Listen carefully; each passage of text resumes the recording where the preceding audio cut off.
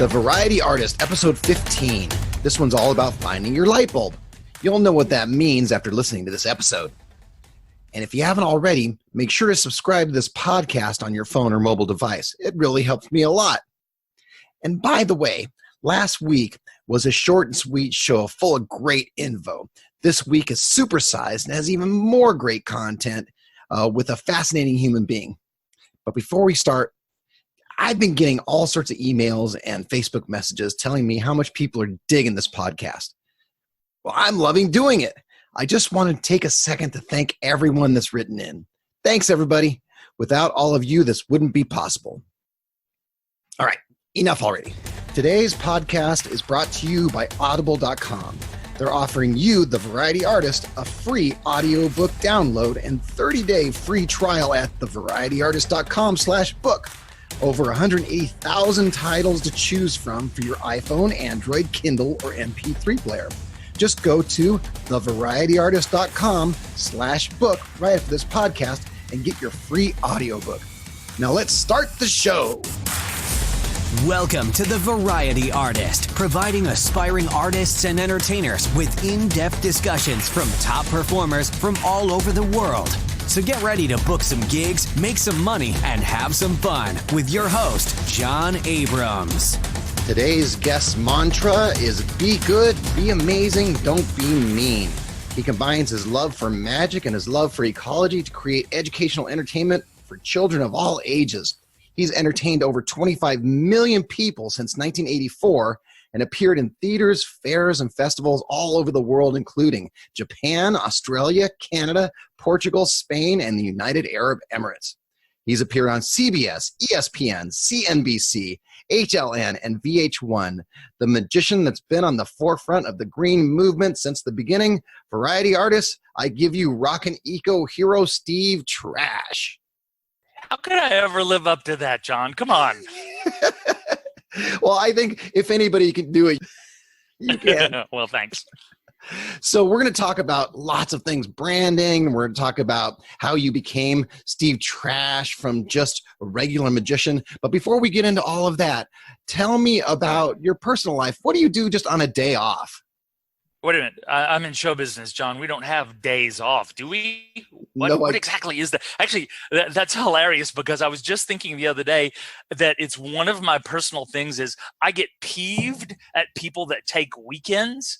You know what I mean? Like a regular straight job person. Like I send them an email and I'm like, well, why don't you send back an email on Saturday? We all work on Saturday. Why don't you send back a letter on Sunday or give me a phone call on Sunday? We all work on, and I forget that the normal world doesn't run on show business schedule.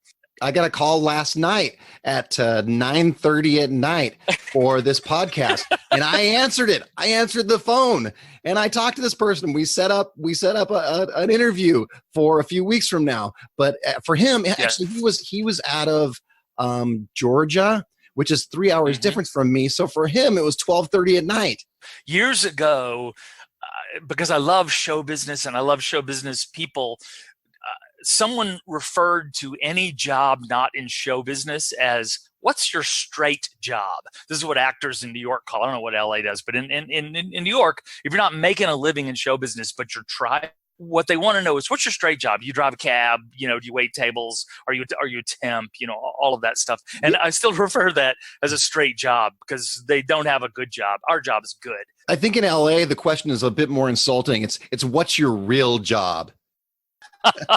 Well, yeah, if they ask that question, they don't really know what they're missing.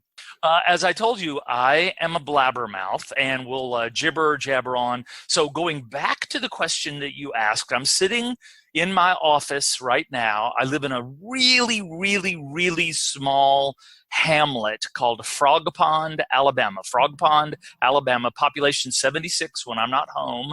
My wife and I own about 80 acres. We live in an earth-bermed house, which means it's kind of dug underneath to be as energy conservative and temperature conservative as possible. I have a 21-panel PV solar array in my front yard. It's a really super efficient house. I'm a bit of a country mouse. I really enjoy living out in the woods. I enjoy working in the city. My training was theater, so I really love cities and I love performing in theaters, but I like living out in the woods. My kids are all grown. They're all sprinkled all over the world. They're, let's see, Athens, Georgia. Emily lives up in New Jersey, and Aaron lives in South Carolina. Well, I was going to ask about your house because I looked on your website and I saw all the panels, and you have a greenhouse. It may not be the color green, but it's green. So you live what you preach. Well, there's a really great story that Gandhi, it may be apocryphal, I'm not really sure, that Gandhi said this woman came up to Gandhi and said, look, my kid, he's getting fat. He eats too much sugar. He respects you. Would you tell him to stop? And Gandhi says, okay, come back in 3 weeks and I'll talk to him. So the mom says, okay, 3 weeks. Okay, that's weird. So she comes back in 3 weeks, and Gandhi says to the kid, my friend, sugar is bad for you. You need to stop eating sugar. The kid goes, oh, well, you're Gandhi. I respect you. Okay, I'll quit. The mom takes Gandhi one side and says, why 3 weeks? He said, oh, I had to quit sugar first. So if you're going to talk to children and grown-ups about ecology, it is kind of hypocritical if you don't try to close that gap between what is possible and what you can do yourself. So living as green as a human can possibly live in the 21st century is my goal. That's why I invested in solar, because if someone asks me a question about solar, I can tell them all of the good stuff and all of the bad stuff. I don't believe in greenwashing, because if you tell people the truth about the environment and how the natural world works and how ecology works, they can make great decisions. So you don't need to BS anybody. Right, because you're living it. Yeah, and I can say, here's the bad part, here's the good part.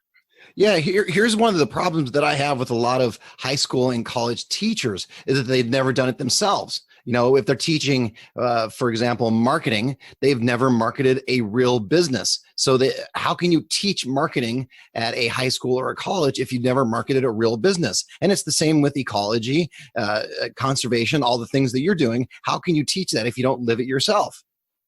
Absolutely. At a deep level, I mean, I'm taking ecological principles that I did learn from high school and university textbooks and trying to understand those really complex concepts and doing what every other family kid entertainer does. I'm breaking them down into really simple forms, and that's the most interesting part of my job, is breaking those things down into simple forms. But if you don't walk it, you probably shouldn't talk it.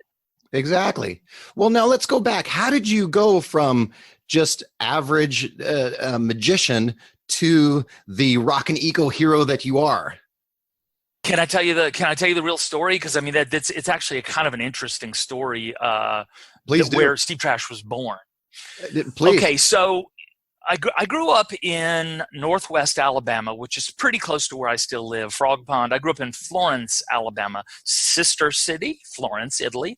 And this little community has you would never believe this. If you live anywhere else, you'd never believe little Florence, Alabama, and the Shoals, we call it, Muscle Shoals, Tuscumbia, Florence, and Sheffield, has a really, really strong tradition of theater, of community theater. And I grew up in that community theater sort of tradition. And I knew, because I was able to be on stage a lot, that I had an ability to connect with audiences when I was on stage. I was pretty good at it. It gave me a lot of experience.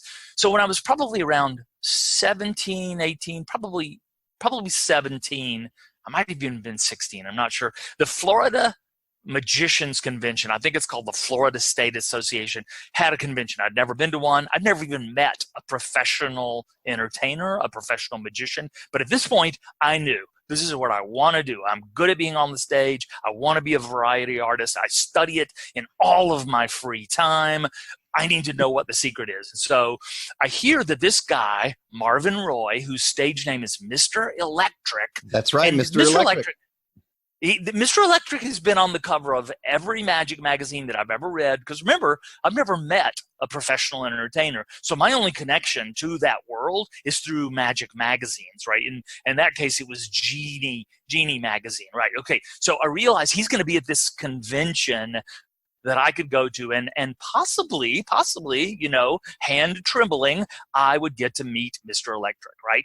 So I'm like, I gotta go all the way to Florida. Cool, man, I'm doing this. Game on. My friend and I, we packed down there, on our way down. I don't have any money. I'm just a kid, so we sleep in the back of a Ford Courier truck, which I highly do not recommend if your friend is fat and you are tall, but that's a different story. So 16, 17, I was probably on the cusp of college. So I get down there to this convention. I've never been to a magician's convention before, and frankly, I don't really know what's going on.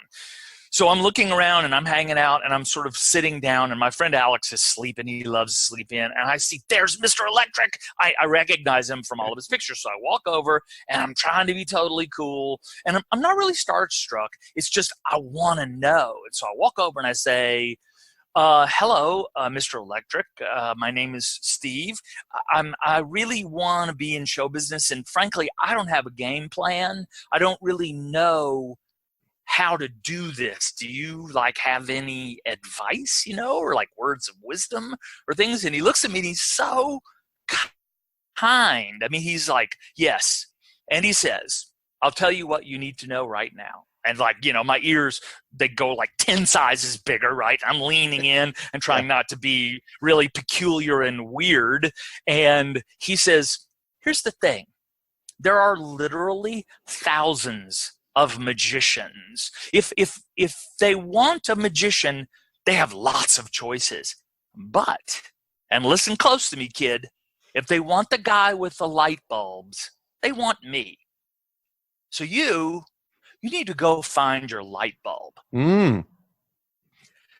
Now, I'm not, to mix a metaphor and use a metaphor, I'm not the brightest bulb in the box, but I knew that I had just been handed manna from heaven, because what Mr. Electric was telling me is be so unique in the marketplace, be just so incredibly unique that they had to ask for you, rather than asking for someone in your category, right, if you will. And in fact, you might even try to be your own category. I mean, years ago, people said, why didn't you call yourself Steve Recycle instead of Steve Trash? I said, first of all, I think Steve Trash is a lot funnier. To me, that's, maybe I'm kind of not that smart, but to me, Steve Trash is hilarious. It is. And it's memorable also. Anybody who I've told that I'm going to be interviewing Steve Trash, if they've heard of you, they're excited about it. But if they haven't heard of you, they're like, oh, Steve Trash?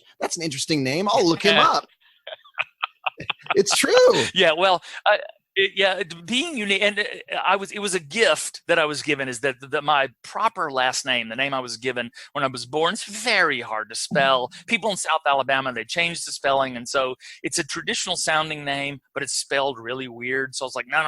I need to have this name that's really recognizable. And what's hilarious is, and we can go deeper into this, because there was an inspiration as to why Steve Trash became what it is. It's because I'm really, really passionate about ecology, but I'm more passionate about trash. What magicians do and what storytellers do is they transform the way you see something. And to me, as a kid, I totally got that trash should always be considered valuable. It's a natural resource that people are not clever enough to use. So when you're throwing this thing away, it just means you're just not that smart. And you haven't planned, right? No, you haven't. I mean, we have a system that allows for creating an enormous amount of waste, which is why I'm not a big eco finger pointer. If you have to use a plastic bottle, or you go to the dry cleaners every once in a while, or you drive a bazillion miles a year in your vehicle, we don't really have a choice other than trying to reduce our impact on the planet. And that's what I'm about, is getting people to use what tools they have to reduce their impact. And there are ways that even someone like you and we drive a lot. I have to drive a van. I carry a lot of trash. So a couple of years ago, I was like, you know what? I seriously need to reduce my carbon footprint. I'm going to go from a big Ford 350 down to a little Transit Connect. Now, there was an enormous amount of packing and downsizing that had to happen, but I reduced my carbon footprint, and that was a small step that I could take. I can't not go on the road, but I can reduce the amount of gas. Both of us. I used to drive same thing. I used to drive a big, nice van, and the reason that I cut down is simply financial. I ended up getting a smaller car that I could fit all of my stuff in the back of a nice hatchback car, and I doubled my mileage and cut my finances. Cut the amount I spent in half. Well, here's the thing, John, is that entertainers tend to be, at least with my experience, tend to be very open to the muse. They're open to ideas. And there was a business book written several years ago, and I just locked into this concept, and it was this: we have to ignore the tyranny of the or, meaning it's this choice or that choice, because that's a false dichotomy sometimes. Do you have to reduce your impact on the environment completely, or by stopping driving, or can you reduce your impact? And instead of having to make this choice between a false dichotomy, a healthy environment or a healthy economy, that's one of the biggest false dichotomies. You have to choose the magnificence of the and, that you can have a healthy environment and a healthy economy. And the second you see that and is possible, all of these possibilities start appearing to you. But until you recognize the magnificence of the and, you can't even see it. Right. And the world is completely unlimited on the choices that we have. If you do get stuck in that this or that, you're only giving yourself the two choices. Yeah, that's exactly right. I did an illustration years ago, and it works like this: is that I don't know if you've ever purchased a red car. I have a red car. You have a red car. Okay, so the day after you purchase a red car, all of a sudden you probably start seeing bazoodles. That's, by the way, bigger than a Googleplex. You start seeing enormous numbers of red cars. And the reason that you start seeing lots and lots and lots of red cars is because you just spent a lot of money on a red car. So you subconsciously told your mind that red cars have real value to you and should be noticed. That same thing applies to the magnificence of the and. As soon as you start looking for ands, well, but it doesn't have to be or. It could be I can have a healthy environment and a healthy economy. As soon as you start looking for those, you start seeing lots of red car choices that you can then choose. That just opens you up for a whole new world. Yeah, it does. And I'm a big believer. Very early in my career, I don't know if this is a surprise or not, but really early in my career, virtually no one except audiences understood what I was attempting to do as Steve Trash, because I started in '84. I graduated with a degree in theater from the University of North Alabama, and 2 days later, I'm busking in Washington Square Park in New York City. Oh, and in now we look at it and we say, well, gosh, the recycling movement and this whole green movement is a big deal. But in 1984, there were very few people talking about it, right? Yeah, and that was there was a hard road to hoe, but it was easier to get audiences and just regular people to understand it than it actually was, say, like the magic community or variety entertainers. I think they just simply didn't understand what I was attempting to do. And I don't completely put the blame on them, but if you're making something up from whole cloth, you're not going to be as good. I mean, remember, I never even saw a professional magician or met one. I didn't go to magic clubs. They didn't exist where I lived. I lived out in the country. So I was not a very good magician in the beginning of my life. Now, I was committed to being better, but YouTube didn't exist. I couldn't see what a perfectly performed magic trick looked like.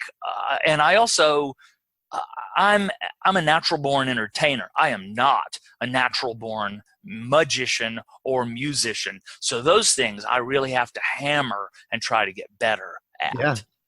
Yeah, your story is very much like mine. I was also a theater major. I loved performing, but just like you, magic came a little more difficult for me. It was a little more difficult for me to do. So I have to work a little harder on that. I'm a born entertainer. I love entertaining. That's what I love to do. But the technical portion itself is much more difficult.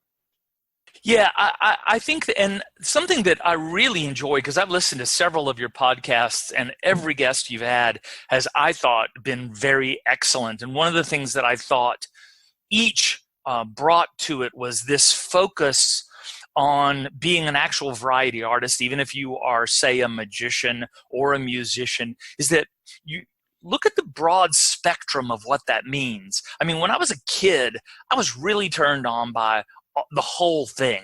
I was a big fan of the Karamazov brothers, or Avner the Eccentric, or puppeteers, ventriloquists, even European style clowning. It all cranked my tractor, and I wanted to learn every possible thing I could.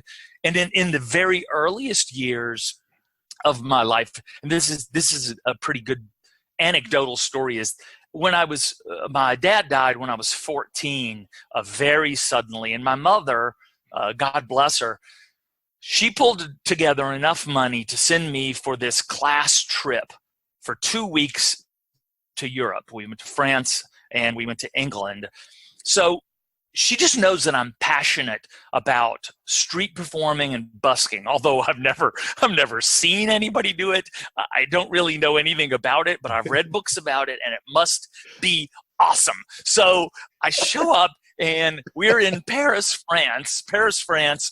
We hit the streets because I'm like, I got to go find me a busker, right? I got to get out here, And I see this guy, and he does slack rope, and he does, he jugs flaming torches, and he's very, very, very good, like exclamation point good. I'm like, fantastic, boom, that guy was fantastic. That's where the bar is. Okay, shuttle forward about 8 years. I live in New York City.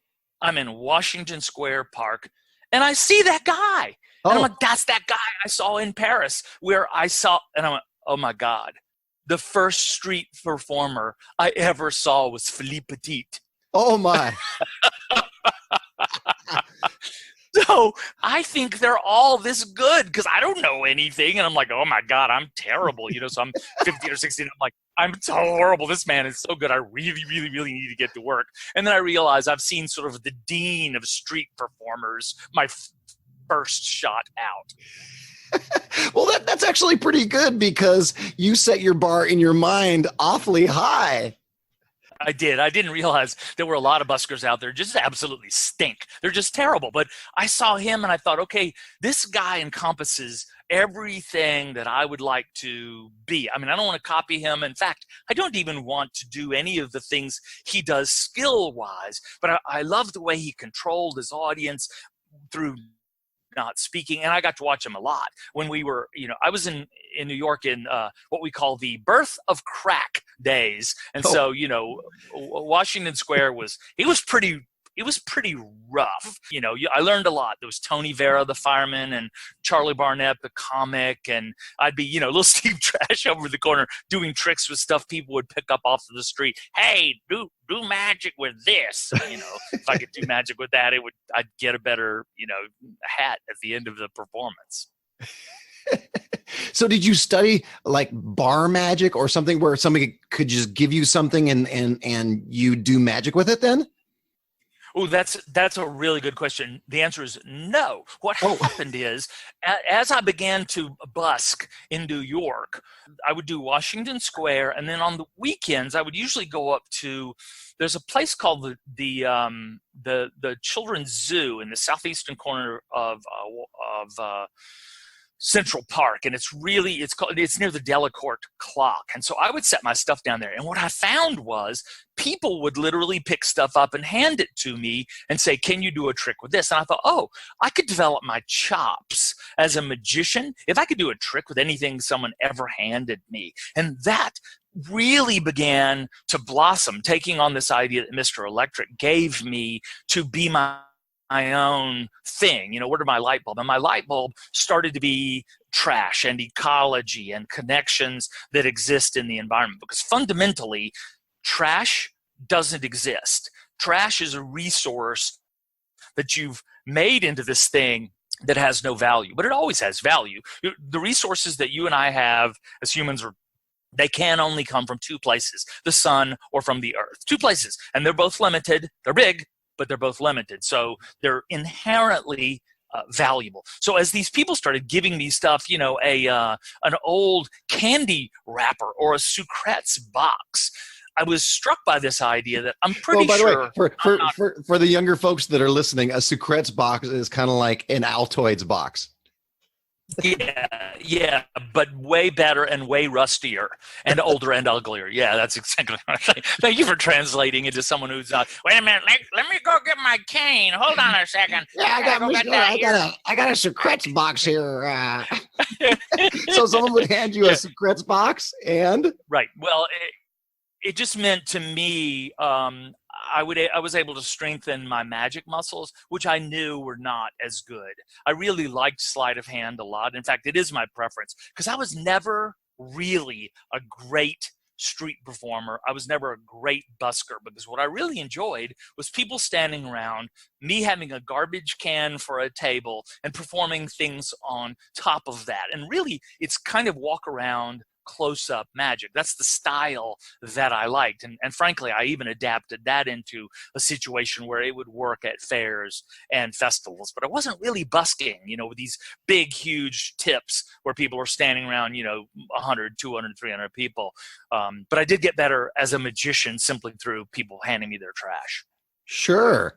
Well, let's talk about your career then. I see you do a lot of theaters, and I was looking on your website, and sometimes you bus people in, you do school assemblies. Yep. What are all the different venues that you do? Well, that whole portfolio being diversified, I'm a big believer in. About a third of the year, I do school assemblies where I just come into the school, and I am a national act. I do not work hardly ever in Alabama. I travel all over the country. Wherever they need me, that's where I'm going to go. So about a third of the time I do schools. About a third of the time I'm playing state fairs. I don't usually play county fairs. Truthfully, I'm just too expensive. But I do play state fairs. I've been at the Wisconsin State Fair, go Cheeseheads, for 26 years in a row. And the last and my most favorite is to work these really excellent performing arts venues. The performing arts venues, they have a union crew.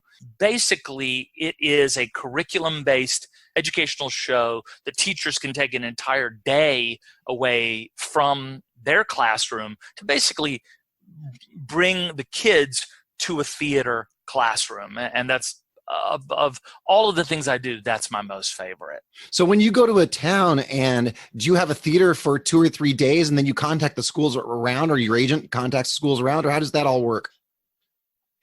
Yeah, it works the opposite way. What you've got is you've got a venue.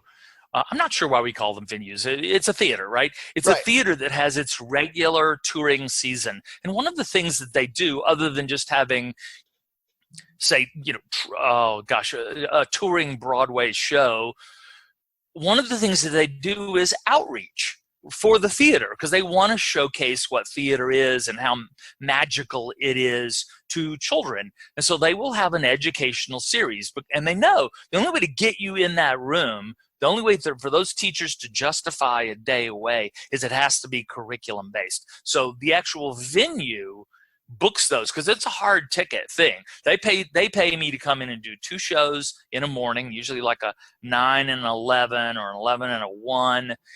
And I do 2 back-to-back shows, and they fill up an 800 or 1,200 seat room, and they do the ticketing, they do all of it. It's usually discounted price. It's not a high ticket item, $8 $10 a kid, and they come in as a school group.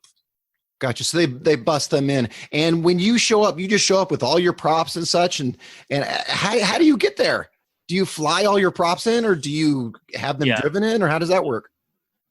Yeah, no, the only time that I ever fly is when I do international gigs. I drive everywhere because for me to fill the stage with as much sort of gack as I possibly can, it just simply looks cooler, and it gives me the option to do more stuff. My years as a busker taught me always be able to reach in your back pocket if something is not working.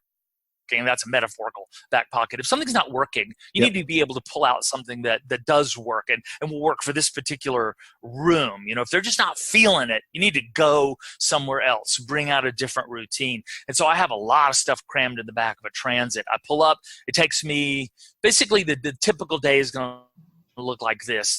Your curtain, let's say curtains at 9, that means doors open at 8:30. I have to have a 2-hour load in because I have 29 boxes that have to come in. Usually they've been sent a light plot in advance, and so they have focused the lights the way I've asked them to, and I need to unpack all of the props. I have to set all of the props up. We have to run because not only do I need to have my headset, I perform some music with cigar box guitars, with a gas can guitar, both of which are, of course, reclaimed from trash. And we have to check that audio. I need to make sure the monitors are working. And that just simply takes a long time. So I usually ask for 3, and because I'm working almost exclusively union houses, they won't give me 3 because that starts the crew too early in the morning and they get time and a half. So I'm always slamming and jamming, man. I don't talk, I don't do anything. There's no conversation. I am throwing boxes around, I am moving stuff, I'm plugging in XLR cables, man. I look like what's the whirling dervish, Tasmanian devil.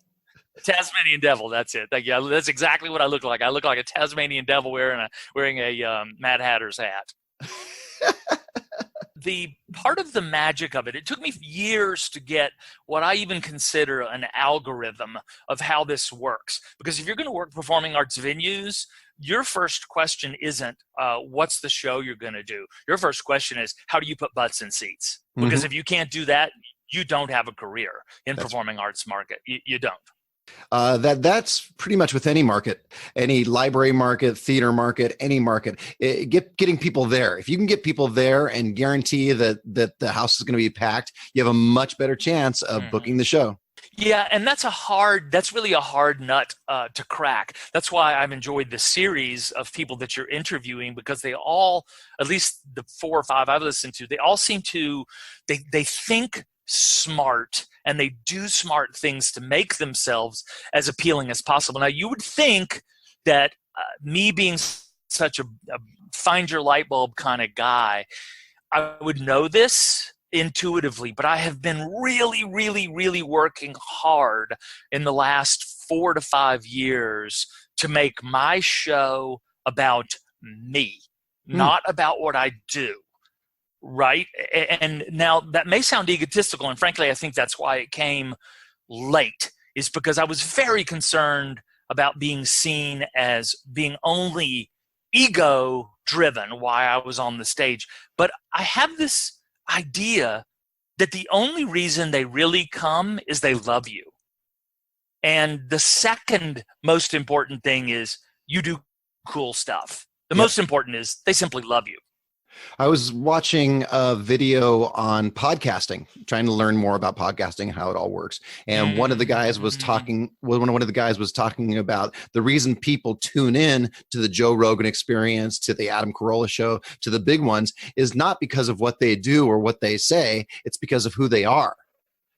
So if you can tackle that first, you're going to be much more successful. If people are coming to see you because they want to see what you do and who you are, then more people are going to come see you. Yeah, I agree with that. And I think to that end, that's something that we can always be working on. I mean, if you will look at the transformation of, say, my costume, the only thing that has remained consistent over the years since 1984 is I've always worn patchy pants and a top hat. Everything else about that has really transformed because I'm an experimenter on the stage. I will experiment with new routines. I will experiment with new looks. I will experiment with new, the web guy that you interviewed, he was saying, put two of them up there and see which one they like better. That's right. a great idea. Josh London talking about split testing. That's what he was talking about. Mm-hmm. I think you can do that in person too. I think you can do that live in your performance and just see. I mean, I really bend towards silly, goofy humor. And what I found is the audience doesn't love that. I have to come off as a bit cooler, a bit hipper, a bit more rock and roll. Fine. That's what they want. That's what I'm going to deliver. One of the pieces of advice I always give is once you put your show together, go ahead and replace a routine with another routine, see how it plays. Sometimes the new routine will play much better than your old routine, even though you think your old routine is great. Yeah, and sandwich it, obviously, you probably say this as well, but sandwich it in the middle. Stick it in the middle so it completely hoses. You can pull the thing out of a nosedive and you go, whatever. That's a thing that it took me a long time to realize, but some of the greatest magicians I know are people that you can just smile when the thing goes completely belly up and they acknowledge that and they go, that didn't work the way I wanted it to. And then they just move on. Yep. And I think the audience appreciates that. They know that you know. Yep.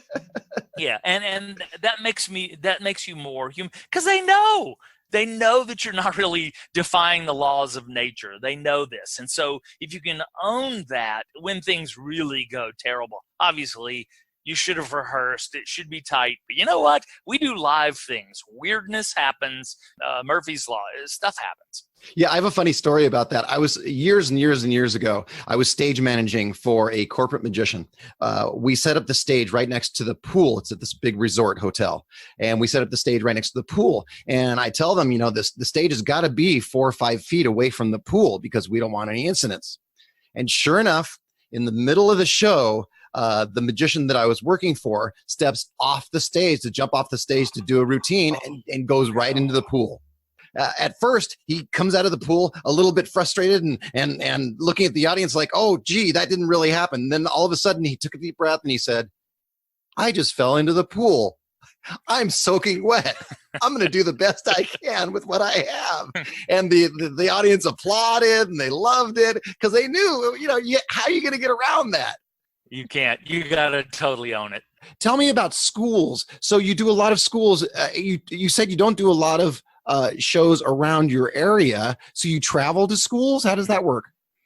That's one of the things that all entertainers have to decide. Do you live in a metropolitan area that will support you locally? You have to decide very early on. My wife, who I refer to as the art goddess, I was home from Los Angeles here in Alabama I was visiting my mom, and I met my future wife, and I realized, look, I have to remain a national touring act because there's no chance I can make a living in show business in Alabama. So that's the way I built my career, is that I would be a national touring act and I would go anywhere, anybody wanted me to go, as long as they had the cold, hard, stinking cash. That's right. So you pack up your transit and you go to a school if they have the cold, hard cash? I have actually 3. I always travel with all 3 shows in the transit. So you have 3 completely separate shows. And are you talking about different schools will hire you for different shows, so you bring all of them along? Nope. I'm talking about markets. So, for instance, the smallest show that I ever do is for fairs and festivals.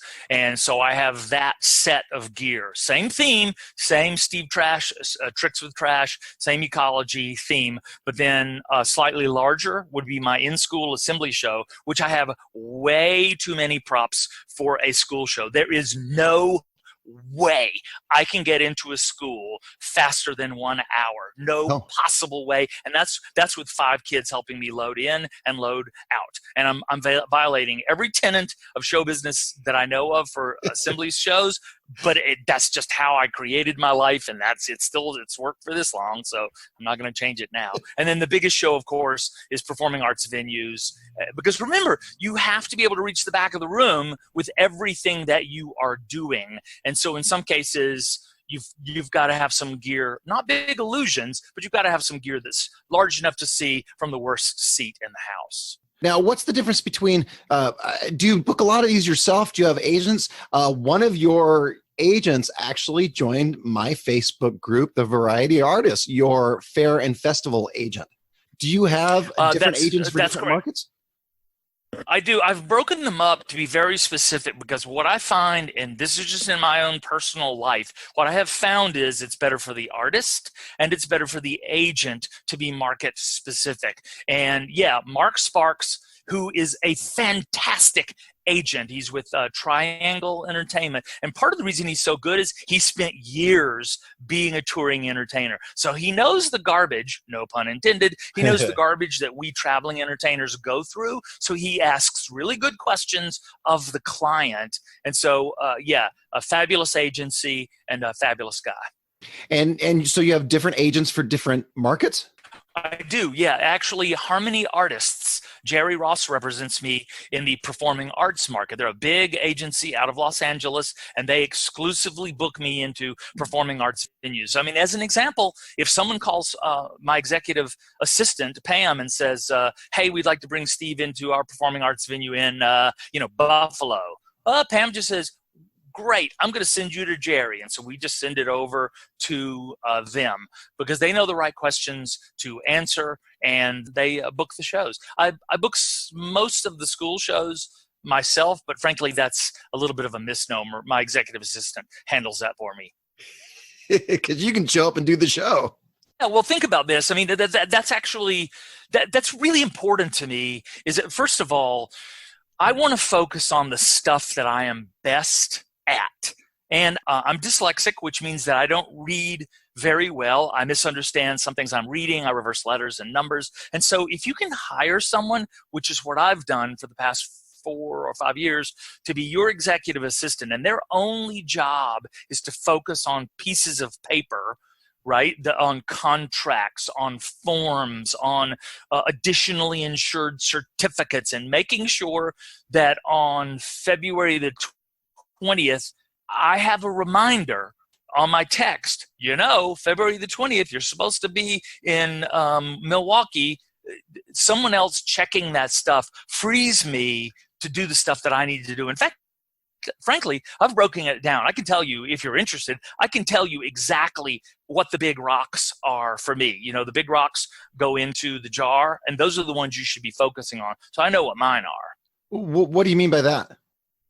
Okay, so Stephen Covey used to tell a story about he's got a glass, and he says to people in the audience, and he's going to put like 3 or 4 big rocks in, and then he's going to put smaller rocks, and he's going to put sand in there, then he's going to put water, and he says, what's the moral of this story? And people guess and guess and guess, and they all guess incorrectly, and some people guess, oh, you can always put more into your day, blah, blah, blah, blah, blah. No. He said the moral of the story is, if you want the big rocks, the most important things, in, you have to put them in first. So put the big rocks in first. If there's something that Steve Trash can exclusively do that no one else can do for me, that's a big rock. I should be focused on that. And I have a list. I have a list of 5, and these are my big rocks. Actually, the list is 6. But the 6th is to delegate, is to find somebody to do it. I can create, perform, steer the ship, prepare, relax, R&R. And then the 6th, of course, is delegate. Those are terrific. Well, think about it. Nobody else can do that for us, John. Nobody can create. Nobody else can perform. Nobody can prep it. Nobody can steer the ship, and nobody can rest for you. Those are the things that God gave you the talent to do. You can outsource all the other stuff. I mean, Pam, I call Pamela every Friday morning, and we run my calendar, and she makes sure that the calendar that I have on Google matches the calendar that's going to go on my website. She asks me all of the questions that clients may have asked. And now look, I'm paying her $30 an hour, but you know what? For somebody like me, I want to be focused on making new entertainment. I want to be focused on performing and being amazing every time I'm on stage. I want to be looking 5 or 10 years down the road, which is steering the ship. I want to know where this ship that is Steve Trash is going. And if I'm spending time hassling with getting a stupid additionally insured certificate, that's a waste of my time. I don't want to, not everybody can afford that. And I've not been able to afford that my whole life. So I would say just focus on the big rocks. Sometimes we got to do like taxes. I do taxes, right? That's spending time with pieces of paper. You have to do that, but try to eliminate all of the things that someone else could do for you and start small and then continue pushing those things out. Because I can tell you, when I hired an executive assistant to deal with pieces of paper and frankly deal with just order and making sure I don't forget things, my creativity really moved into sort of steroid division. Yeah, I'll bet it did, because now all you're focusing on is the creativity and the creating of your show and the performing of your show. And you don't have to worry about all the rest. Where will it go? That's right. And worry is the proper word, John. We're given this gift of being creators, and I have the opinion that every person is creative, and every person innately needs to create. Now, you may be a mathematician, but you are pulling ideas out of the world. You're making stuff happen. You don't have to necessarily be a variety artist or a painter or a sculptor or a dancer to be creative. You can be creative in your own field, but I think you are smashing something that is extremely important to being a human if you are spending too much time doing this other garbage. So try to find a way to minimize that stuff in your life if you can. I'm going to take that advice myself, because I'm a little bit of a control freak and I have a tendency to do everything myself. I can do it. I can take care of everything. So I'm going to take that advice myself and make my life a little bit easier.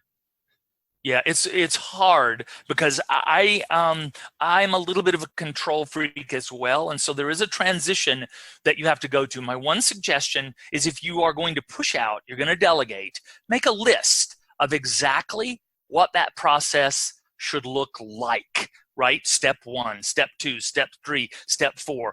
And consider that the person is an idiot, because you and I know so much more about our life and about our business and about what we do than we think we know. And so sharing that as, this happens first, then that happens, then this happens. And if there's a contingency, here's choice A or B, just call me and we'll decide which one is better.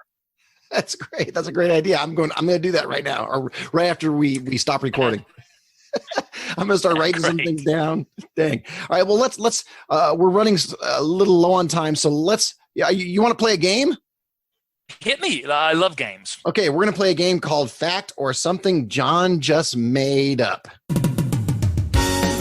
Is it fact? Or is it something John just made up? Well, here's what's going to happen. I'm going to give you a number of headlines, and you tell me if it's true, and maybe tell me a little bit about it, a little story about it, or if it's something I just made up. You ready? Yeah, let's do it. Here we go. First headline.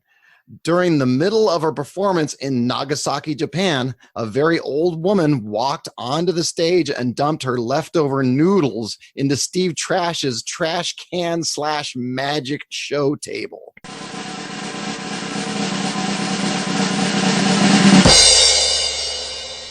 That is 100% true.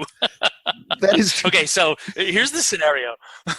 I'm working in Orandamura, which is Japanese for Holland Village. The Japanese and the Dutch had a very long tradition of trading together in the 19th century. And so there's this amusement park called Holland Village, right? And they loved having what looked like, to their eyes, European-style buskers or street performers. So sure enough, I'm in Nagasaki. I've got this big, huge tip. I mean, there's tons of people around me, maybe 200 people or something. So they're at least 40 feet away from me in a 360-degree circle. Now, I'm Steve Trash. I have always performed with a garbage can, a big 55-gallon brute garbage can as my table, and I have a little top on So this little old lady, she was so adorable. She was tiny and not comprehending that there was a show happening. She begins to sort of totter forward, and she walks into the group, and the Japanese people, who are the most respectful, the most mannerly people you'll ever meet, they're aghast, like, what's about to happen? And she just keeps walking, and she walks right up to me, and she looks, and she's tiny. I'm 6'3" without my hat. So I'm like 7. She looks up and she kind of smiles, and she lifts the garbage lid off, and she drops her nasty noodles right into my table. And I jam the top on, and I look at her, and the audience is aghast. I mean, their eyes are the size of Oreos, because they're like, this woman has just offended this performer. What are we going to do? So I'm thinking on my feet. I turn to the audience and I yell, "Hakushu dozo," which means you clap really loud, everybody. And so everybody claps for the lady, and she totters off. And I pretend like, it's no big deal to have nasty noodles all over everything that's in my garbage can, right? Oh, it happens all the time. It happens all the time, right? Right. You just roll with it. Like falling into a pool. That's right. All right, here's the next one. Are you ready for it? Here we go. Hit me. During a show in the UK, a roadie broke Steve's guitar.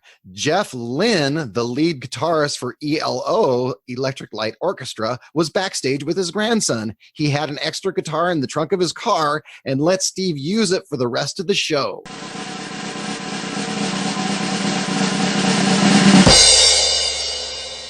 That is so false, but please let that happen someday. That was very detailed. I worked very hard on that. Very, very well done. And I would absolutely like that to happen, but it's false, not true. Okay, here we go. In the middle of winter, Steve slept in his van in a Sheraton parking lot, and nobody ever knew.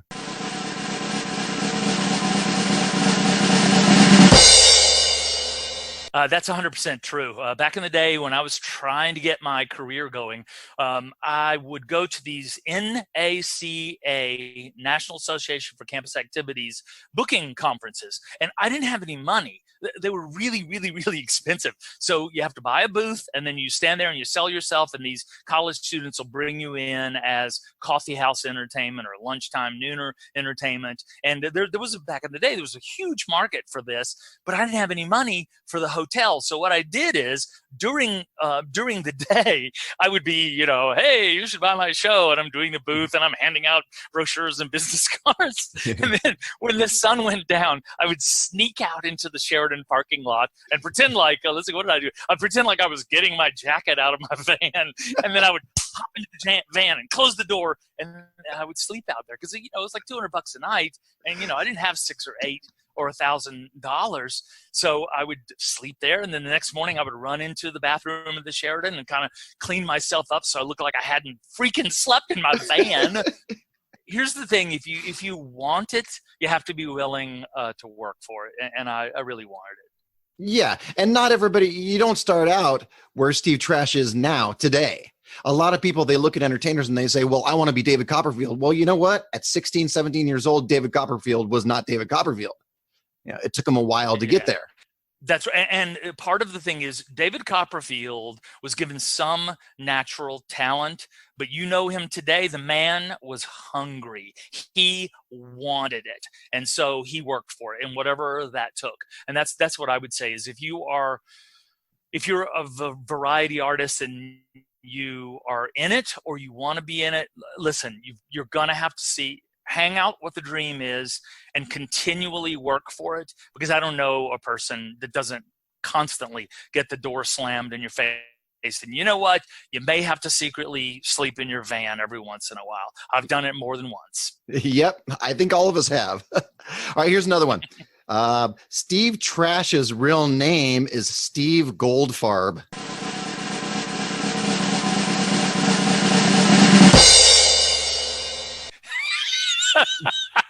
No, that's too easy to spell. That's false. Yeah, when you brought it up earlier, I was thinking to myself, oh no, he's going to say his real last name, and I'm not going to have one of these things that I made up. But you don't have to tell me if you don't want. No. Yeah, I don't. It gets in the way. It's when children ask me, "What's your real last name?" Oh, is that your real name? And I say, "My friends call me Steve Trash," and There you go. That neutralizes. Okay, last one. Here we go. Steve once impaled a volunteer's finger with a card and thumbtack.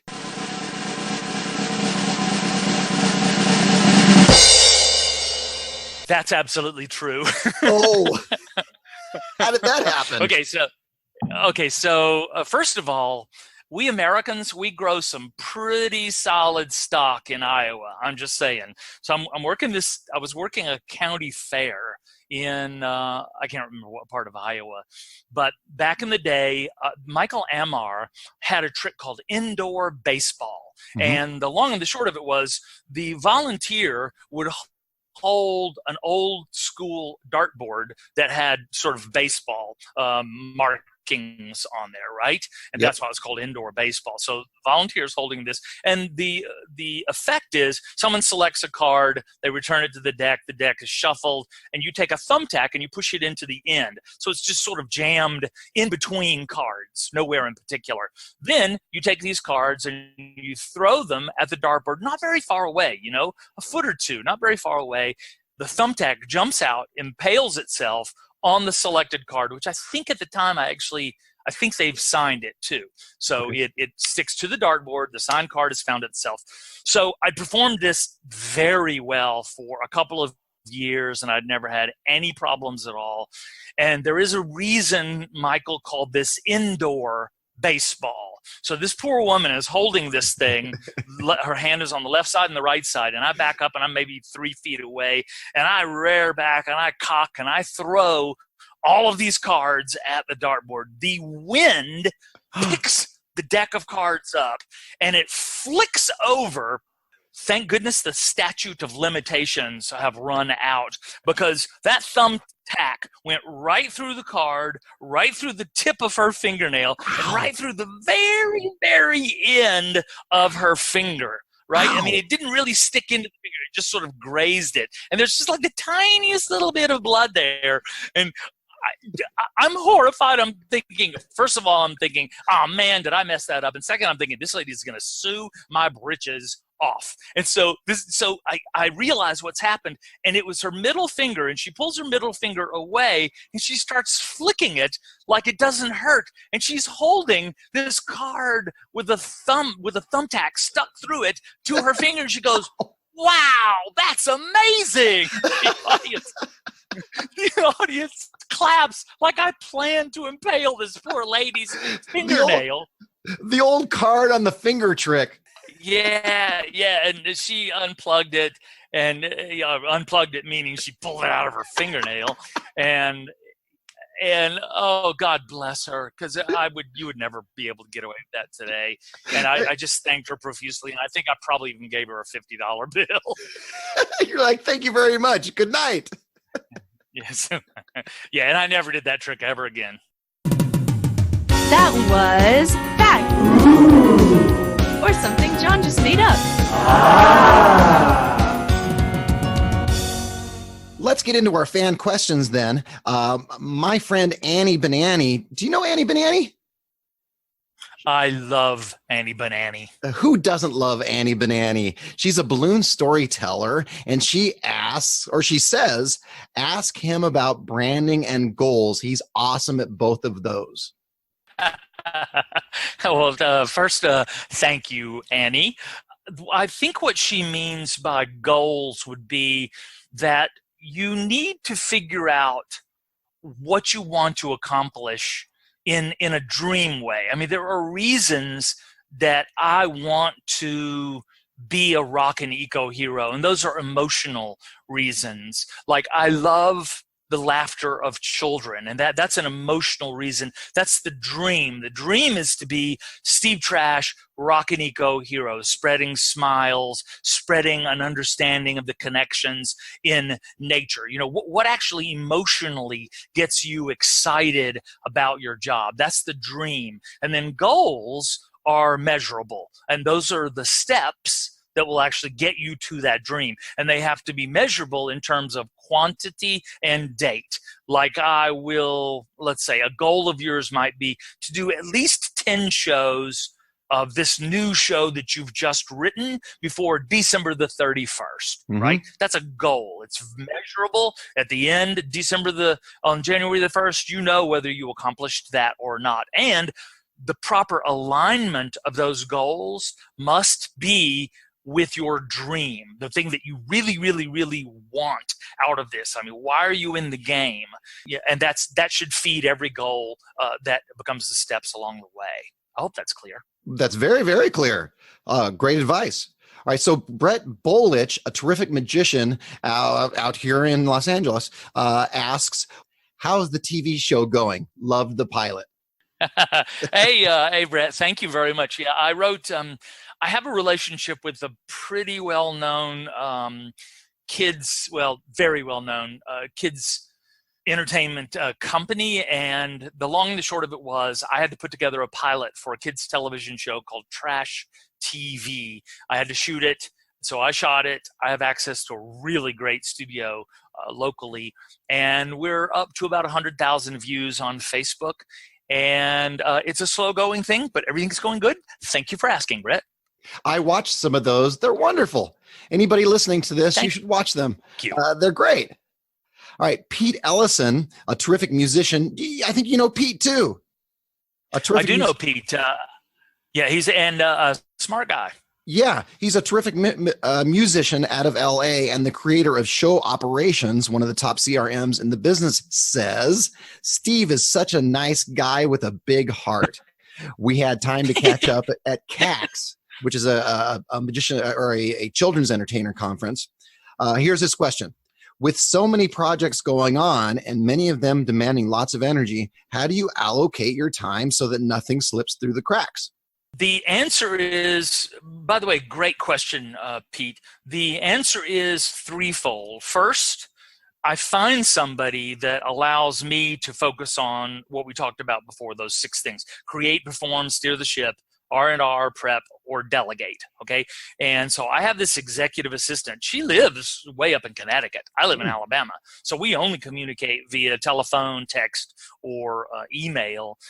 I have given her the job of don't let me screw up, right? So she knows to check on Steve. Steve, are these hotel reservations made? Steve, are these airplane reservations made? Or more important, do I need to make them? And then she checks calendars, because I'll sometimes write down 12 when it's supposed to be 21. So Pamela's job is to check that stuff. And so we are regularly in touch to keep eyes on the prize. And frankly, the other thing that my wife taught me is I don't take my telephone is turned off after 5 p.m. And I know some people can't do that, but because I've been in this business for so long, it can simply wait until the next business day. So from 5 o'clock until the next morning, but I get up early. I'm up at 4. So I get your message at 4 o'clock, 5 o'clock the next morning, and I'm able to respond. But that's just one for domestic bliss. That's one thing that I've built. I also have an office in my home. I have a television studio in my home as well, where I go and shoot things and I rehearse things, and that's a very separate space. But I hope that answers it, Pete. Is I make sure someone's checking my work. Yeah, it sounds like you're focusing on the things that you're good at, and you have somebody else do some of the things and keep track of some of the things that maybe you don't want to take care of.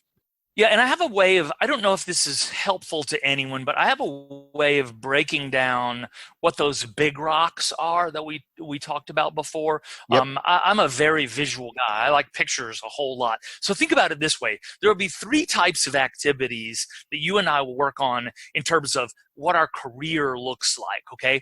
And the day-to-day work, I consider... So, by the way, we're cutting down trees. All right, that's our job. We cut down trees.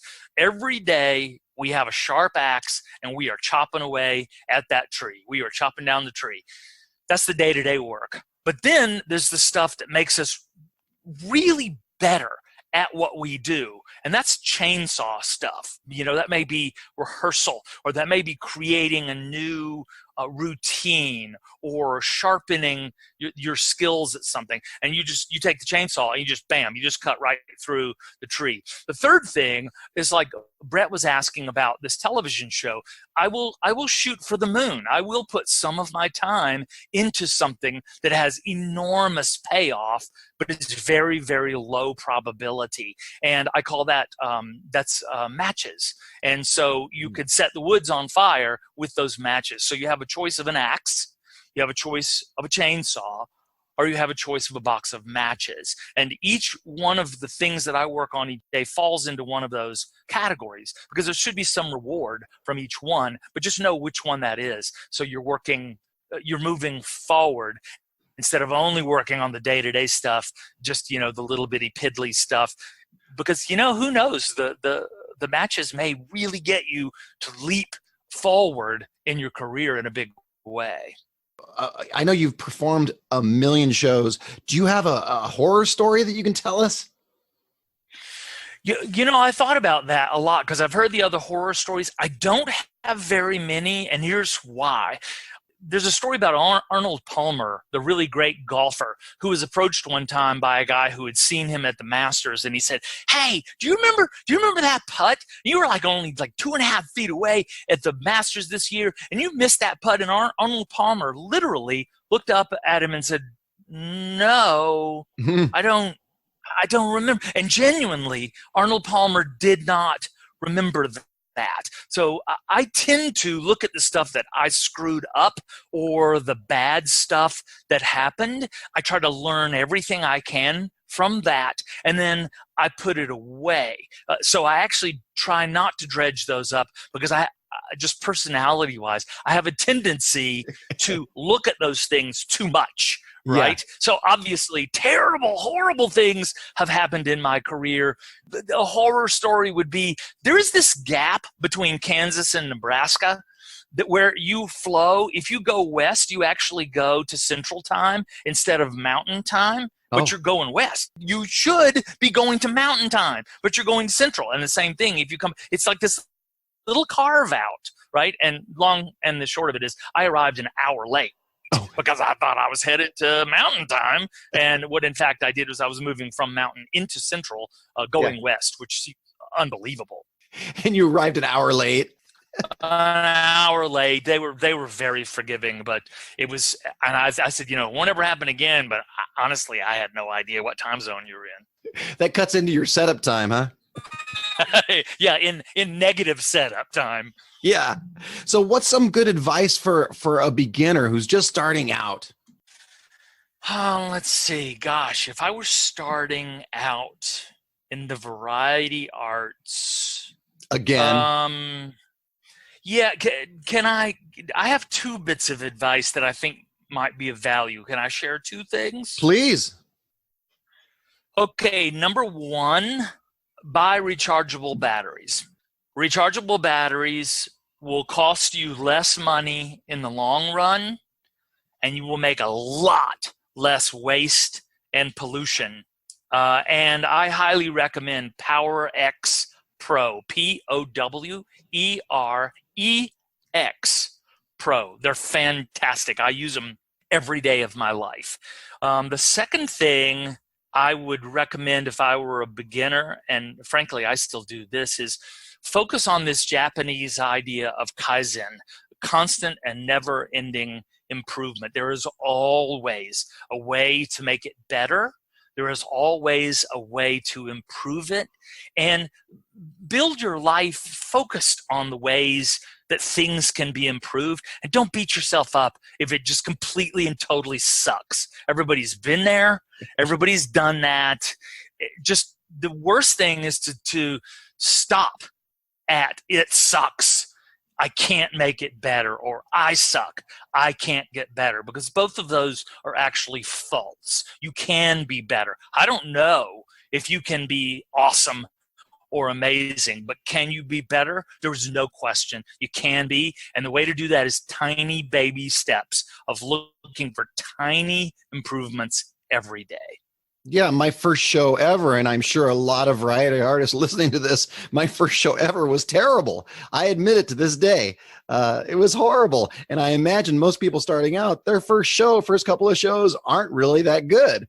It takes a while to develop the routines, to develop your relationship with the audience, to develop your character. It just takes a while. Bless youth intelligence as well, right? In some cases, we don't know we're as bad as we actually are. And in some cases, we do. I don't think we're as bad as we think we are. But the point is, it's really, again, this is something my wife has taught me. The whole thing is more about the journey than the destination. Yep. So constantly look for ways to improve. Yeah. How about the working pro, the guy that's been doing it for quite a few years? I would say congratulations. If you're still a working pro, you're awesome. So I do have to, again, if two are okay, I want to share 2 bits of what I would say are advice for pros. Sure, please. Again, buy rechargeable batteries. By the way, I'm going to put that brand into my show notes so they can take a look, and even if they want to just click on that, they can click onto it and buy them right out of my website. Yeah, please do, because it's Power X. And listen, here's a little insider secret. You can buy the batteries, but you can charge them in the rechargers that you can buy at Walmart for not a lot of money. You don't have to buy the super expensive Power X charger. Doesn't matter. I've used them for years using the Walmart rechargeable battery chargers. Walmart, they're like Energizer. I think Energizer makes that. But the second thing I would say, and probably most of your working pros do this, but I would say to keep yourself excited about what you do, find ways to stay open to the muse. That if a great idea comes to you, or even kind of a halfway idea, build your life with systems around you to collect those. Use your iPhone. The second something that's not even a fully formed idea, voice memo it, or write it down on. I'm particularly passionate about yellow legal pads, right? So scribble it down on that, or put it down in notes in your phone, or wherever works for you. Give yourself the ability to always be open to a new idea, and then go back and revisit those, because you will be stunned by the cross-pollination that can happen in your life from ideas that you had 6 years ago, and they now meet the person that you are. You can find extraordinary ways to solve the problems or create new routines that you didn't have in your mind at that time. I have this idea I call it the little librarian, and everybody has experienced this. Is maybe they've come up against the wall and they can't solve a problem. Maybe it's a career problem or a personal problem, and then they just give up. And then they wake up the next morning and they have at least a partial solution. It's because the little librarian was given the responsibility of going and finding the book that had the solution in it. So you put her to work, and she went to work and she found that solution. And I find if you stay open to the muse, that little librarian, that's all she likes to do is go find creative solutions. That's her job. And if you encourage her, her muscles get bigger. And it can work on multiple problems too. It doesn't just have to be that one. It can be multiple problems, because that's why I say build your life around this. Have the clipboard, which is my favorite, is the yellow pad clipboard, or have the phone. So if you're driving, you don't need to be scribbling stuff. Just do the voice memo thing and write down that idea, because the muse has come to you and she has said, there is something here. And if you refuse the muse, she won't come back. So stay open to her, because she will continually revisit you. Nice. So give us one book recommendation, one or two, and tell us why. I'm going to recommend this is my most favorite book of late, and there's a TED Talk on this. She's a professor. I think she's at Yale, and the author is Angela Duckworth, and the book is called Grit: The Power of Passion and Perseverance. And I don't know a person that is a successful variety artist that hasn't had to have the characteristic of grit. There will be so many people that tell you no. There will be so many people that look at you askance. I mean, in the beginning of my career, I auditioned at, and this is the very beginning, but I auditioned at the Magic Castle, which of course is the premier magic club possibly in the world, but obviously in Hollywood. And I come in and I audition, and I'm already busking. I'm already making a good living doing this. And I killed the audience. I mean, I killed. These were just straight people. They weren't magicians. They were just normal people. And I thought, I'm in, baby. They love me. This is going to be fantastic. I'm in. and when the audience leaves, these three people, they're looking at me like kind of sad and almost like, I'm like, oh no, this is, wait, what? And sure enough, they wouldn't let me in. They said, your whole trash thing, it's just not what we're going for at the Magic Castle. And I said, but didn't you just see the audience? They loved it. They said, yeah, it's just not, we're just not really the trash thing. And mind you, the only thing that I have ever seen as being the pinnacle of success as a magical entertainer is the Magic Castle. I've just killed. I mean, literally, I've killed. They thought I was fantastic. And I'm not one of those, I hear jokes, I hear people laughing when I'm not funny. That's not my style. Yeah. I did really well for this audience. And I was, for about a week, I was crushed. And then I realized, just forget it. I'm already working for real people. They already love me. I'm already doing my thing. I'm already doing something so much more interesting than whoever you people are that are judging me, I would say incorrectly. I'm going to double down on this. So I went even deeper into being Steve Trash and even deeper into branding myself as being unique. If you do this, there are going to be so many people that don't get you, because they don't understand what in the world you're doing. Because from the very beginning, John, what I was trying to do was smash these two things together, which was this ecological theme with eco-entertainment, with magic tricks. I didn't want to tack it on top, right? I didn't want to have a theme that I just sort of did a couple of tricks that were like, no. They had to be inseparable. This thing had to flow through me and out to the audience. There are not a lot of examples of how that has been done. And so thank goodness I was just ignorant. I just took that rejection and absorbed it and said, okay, apparently I'm going to have to build a career without your help. 20 years later, I get to perform at the Magic Castle. Everything's copacetic, had a great time. It was wonderful. Still go there all the time. Yeah, I have a similar story. Here in Southern California, we have something called the Segerstrom Center, and they book a lot of school assemblies. And when I first started doing this, I sent them what was a videotape at the time with my show on it. And they wrote back, well, we watched the first 5 minutes of your video and you're a magician and that's not an art. So we can't accept your submission. I said, okay. And I did the exact same thing as you. I said, all right, I will take that and I'll go home and I'll do 300 or 400 shows a year and take your business. And that's fine with me. If you don't want to work with me, that's totally fine. I'll take what I do best and I'll do it myself. I think going back to what Annie Banani had asked, there's always some room to understand whether criticism is valid or not. Yep. So in your case, you then positioned yourself in the market not as a magician, and the same with me. I positioned myself and I just made this thing up, the Rockin Eco Hero. That doesn't mean anything. I just liked it and I thought it sounded cool, and I was like, yeah, it sort of fits my image of what I want to be.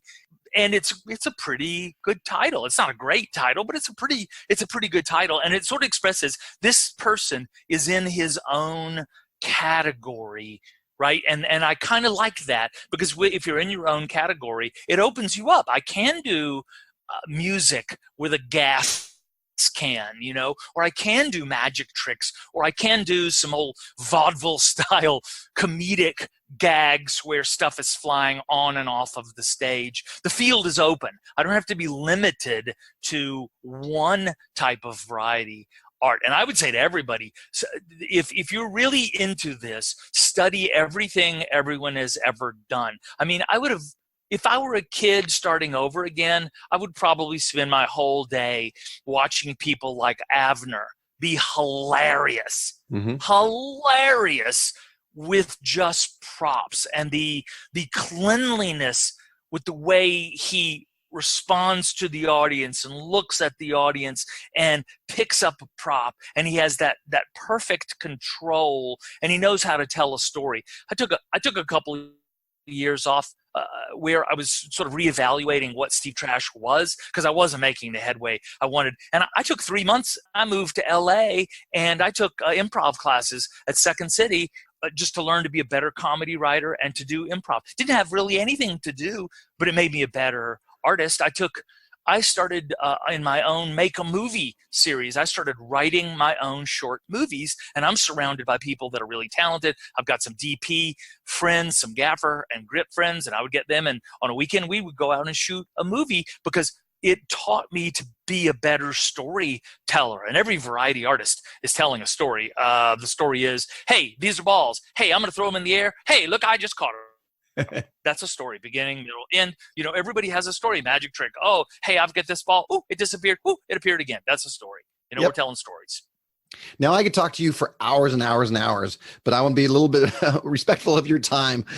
You have a special offer for our variety artists. Is that right?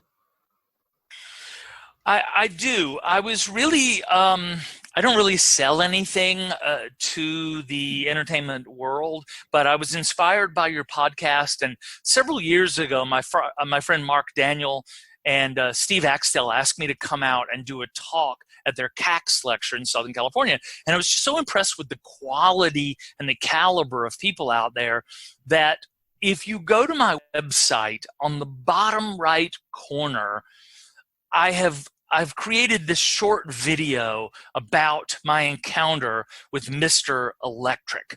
And the idea behind it is I want to share with others how they can drill down and find what their light bulb is. Even if you are beginning your career, you're in the middle of your career, or maybe you're even at the end, there is always a way to be more just you. There's always a way. And this video is sort of like steps that you can go through and there's some funny stuff in the video. It's free. Just go and click on the little bitty icon in the bottom right-hand corner of stevetrash.com. And what does it say? Find your light bulb, I think.